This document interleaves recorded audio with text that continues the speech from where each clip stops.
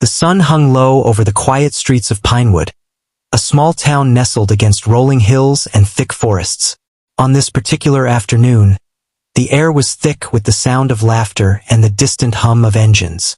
A group of bikers had gathered at the local diner's parking lot, their leather jackets and roaring motorcycles a stark contrast to the serene surroundings. A few blocks away, 16-year-old Jamal Winters pedaled his bike along the cracked pavement of Pinewood's main road. Dressed in a simple t-shirt and jeans, Jamal had an air of quiet confidence about him, though his thoughtful eyes often betrayed his habit of observing more than speaking. His bike, a little scuffed but well-maintained, was his primary way of getting around the town. Jamal was headed home after running errands for his mother. The small backpack slung over his shoulder carried a few groceries and a library book he'd borrowed earlier that day. The Winters family had moved to Pinewood only a year ago, seeking a quieter life after years of city chaos. But Jamal had quickly realized that blending into a small town wasn't as easy as they had hoped. Though friendly on the surface, Pinewood had its unspoken divisions, lines drawn by preconceived notions and subtle prejudices. As Jamal approached the diner, the rumble of motorcycles grew louder. The bikers, a group of burly men with loud voices and an air of arrogance, had spilled into the parking lot. Their laughter echoed across the street as they leaned against their bikes, talking and gesturing animatedly. Jamal didn't think much of it as he rode by, his focus on getting home before the sun dipped below the horizon.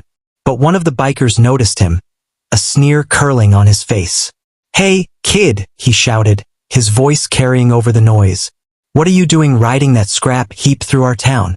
Jamal slowed his bike, unsure if the comment was directed at him. The group turned their attention to him, their laughter fading as their curiosity grew. "You deaf boy," another one called, his tone sharp. "We're talking to you." The confrontation was unexpected, and Jamal felt a flicker of unease. He wasn't one to back down easily, but he also knew better than to escalate a situation with a group of strangers who clearly enjoyed throwing their weight around. He stopped his bike, resting one foot on the ground as he looked at them calmly. "Just heading home," he said, his voice steady but respectful. The leader of the group, a man with a grizzled beard and a patch on his jacket that read, "Big Mike," stepped forward, his boots crunching against the gravel. "You new around here? Huh?" he asked, his tone laced with suspicion. Jamal nodded. "Moved here last year." Big Mike chuckled, a humorless sound. "Well, kid, let me give you a little advice. People like you should watch where they go and who they talk to." The group erupted in laughter, but Jamal's face remained calm, though his grip on the handlebars tightened slightly. He could feel their eyes on him, sizing him up, waiting for a reaction. But what neither the bikers nor Jamal knew was that this seemingly ordinary encounter was about to take a turn that would leave everyone stunned and change their perspectives forever. Jamal sat on his bike, his expression calm but his mind racing. The bikers' jeers were growing louder, their smug confidence filling the air like a storm cloud. Big Mike stepped closer, towering over him. "What's the matter, kid? Cat got your tongue?" he taunted, his grizzled face twisting into a smirk. Just as Jamal opened his mouth to respond, the sound of steady footsteps cut through the noise. From across the street, an elderly man approached, his cane tapping rhythmically against the ground. He was small and wiry, with a weathered face that spoke of years of hard labor. His clothes were simple, faded overalls and a checkered shirt, but he walked with a quiet confidence that made the bikers momentarily pause. "Mike," the old man called out, his voice steady and calm. "What's going on here?" Big Mike turned, annoyance flashing across his face. "Stay out of this, Walter. Just having a little fun." Walter raised an eyebrow, his sharp eyes darting between Jamal and the group. "Fun? Huh? Looks more like trouble to me." He stopped beside Jamal, placing a reassuring hand on the boy's shoulder. "You okay, son?" Jamal nodded, his grip on the handlebars loosening slightly. "I'm fine, sir. Just trying to get home." Walter nodded back, then turned his attention to the bikers. "Now, I've lived in this town longer than any of you," he said, his tone firm.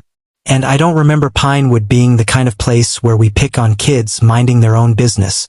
The bikers exchanged glances, their bravado faltering under Walter's steady gaze. Big Mike scowled, but he didn't argue. "We were just messing around, old man. No harm done." "Good," Walter replied, his voice sharp. "Then you won't mind letting the boy go on his way." For a moment, it seemed like the confrontation was over. But as Jamal started to pedal away, one of the younger bikers muttered, "Bet his dad's a janitor or something. Probably taught him to scrub floors real good." The words hit Jamal like a slap, but before he could react, Walter turned on the biker with surprising speed. "You listen here," Walter said, his voice low and commanding. "That boy's got more dignity in his little finger than you've got in your whole body. You don't know his story, so don't you dare judge him." The biker shrank back, mumbling an apology under his breath. Walter turned back to Jamal, his expression softening. "Don't let people like that get to you, son. They don't know what you're made of." Jamal hesitated, then smiled faintly. "Thank you, sir. I appreciate it." Walter patted his shoulder. "Anytime. Now go on home. Your family's waiting." As Jamal rode off, he glanced back to see Walter standing his ground, the bikers reluctantly backing away under his watchful eye. Though small in stature, Walter's presence had been enough to defuse the tension, a testament to his resilience and quiet authority. As Jamal pedaled away, the encounter with the bikers replayed in his mind, each jeer and taunt echoing like a drumbeat. He'd faced moments of casual prejudice before, but the outright hostility of the bikers had struck a deeper chord. It wasn't fear that lingered, it was frustration. Why should he have to endure such treatment, simply because of the color of his skin or the assumptions people made about him? The words of the young biker stung the most. "Bet his dad's a janitor or something." Jamal's father wasn't a janitor. He was a prominent defense attorney, a man who had built his career on fighting for justice, often for those society had written off. Jamal admired his father deeply, but he also resented the shadow of expectation that came with the Winter's name. As Jamal turned onto the quiet street leading to his house, his thoughts grew heavier. His father's success had given their family opportunities, but it also came with a weight, a constant reminder to rise above, to never let the world see them falter. Jamal didn't want to feel obligated to prove himself, but moments like the one with the bikers made it hard to ignore.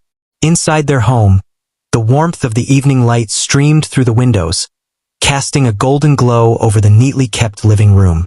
Jamal's father, Terrence Winters, was seated at the dining table, his reading glasses perched on his nose as he sifted through case files. When Jamal entered, his father looked up, his sharp, analytical eyes softening. "Hey champ, how was your day?"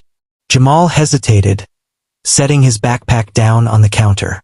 "Fine," he said shortly. Terrence raised an eyebrow. "That doesn't sound convincing."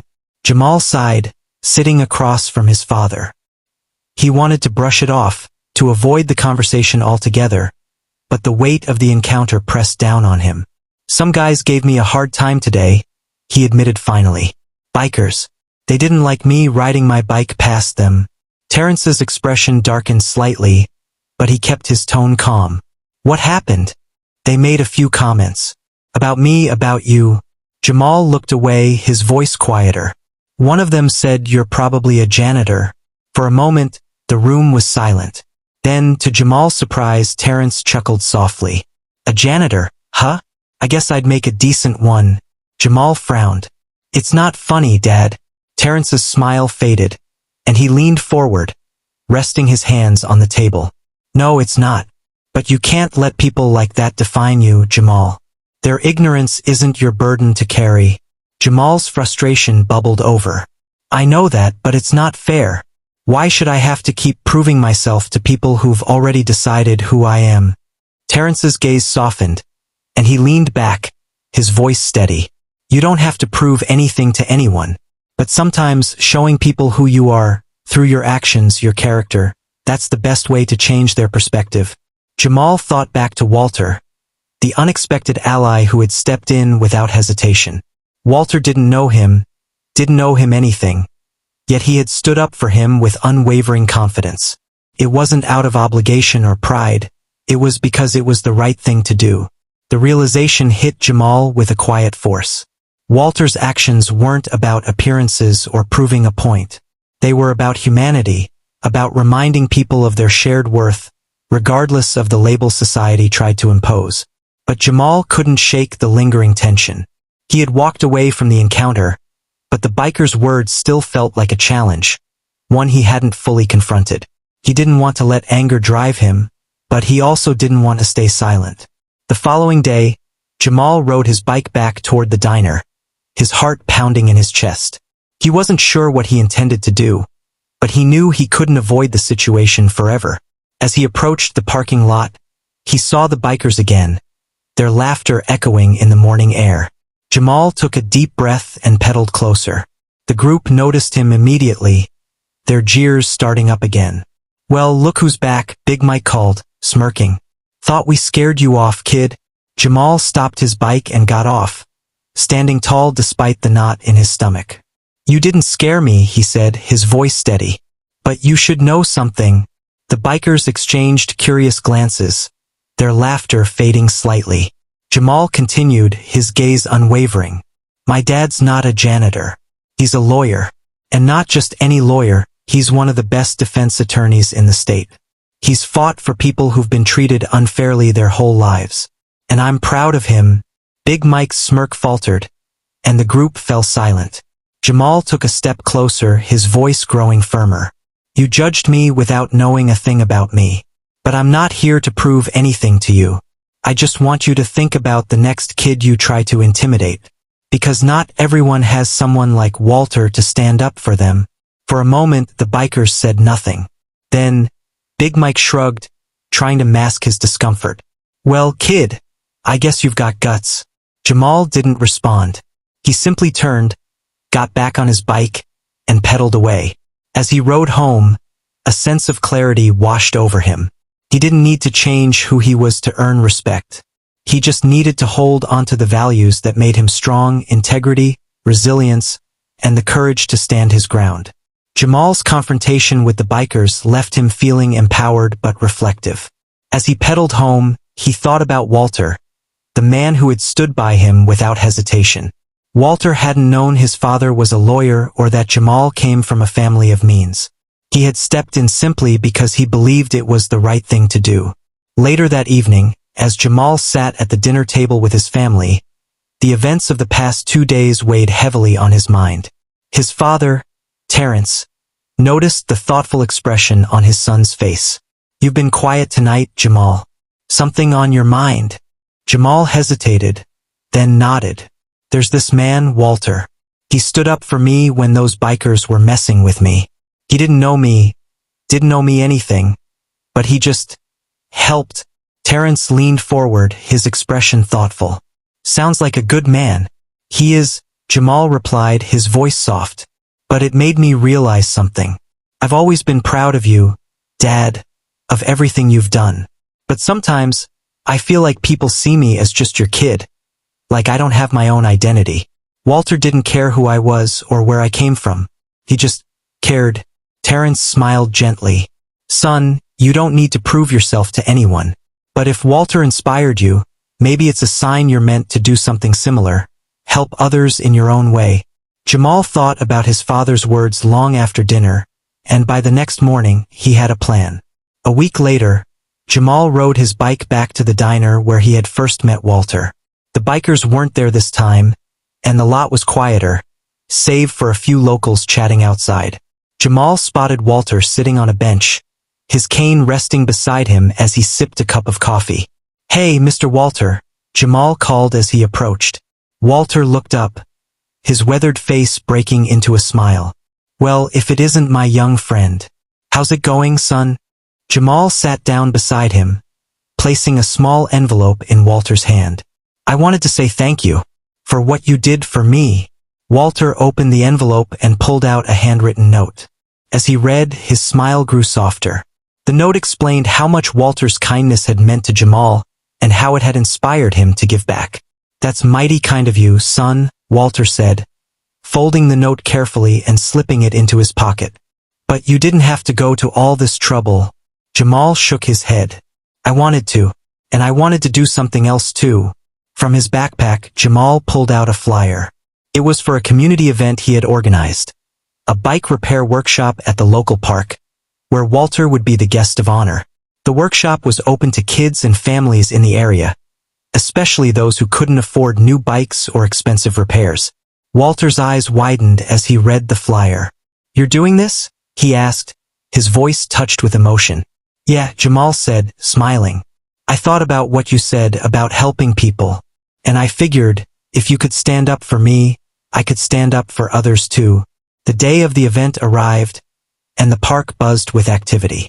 Kids and their parents lined up with bikes in various states of disrepair, from flat tires to broken chains. Jamal had enlisted the help of his father and a few volunteers to teach basic repair skills and hand out tools. Walter arrived early, a look of pride on his face as he surveyed the scene. Jamal greeted him warmly and led him to a shaded area where a chair had been set up for him.